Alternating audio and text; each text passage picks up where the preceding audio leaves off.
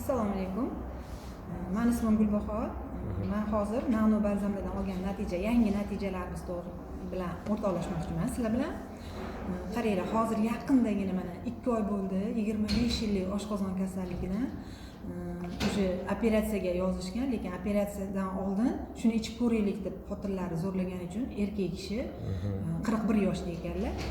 Mana shuni ikkitagina balzam, nano balzam bilan vitalik ichib, bir oyda hamma og'irlab ketgan. Bor yo'g'i bir pila ovqat ichsalar, 10 pila qilib qusar ekanlar. Juda ham ozib ketganlar, qo'rqinchli darajada. Stress, asab yomon nol edi. Hech kim bilan gaplashganlari emas ekan. Shunaqa zo'r natija oldilar. Bugun shunaqa xursand bo'lib ayollari kelib, o'zlari ham mana 2 kun bo'libdi, 4-farzandga homilador. Toksikoz juda ham kuchli ekan. Ularda ham hech narsa yeyolmayotgan ekanlar. Bugun mana 2 kunlik natija ayollarida.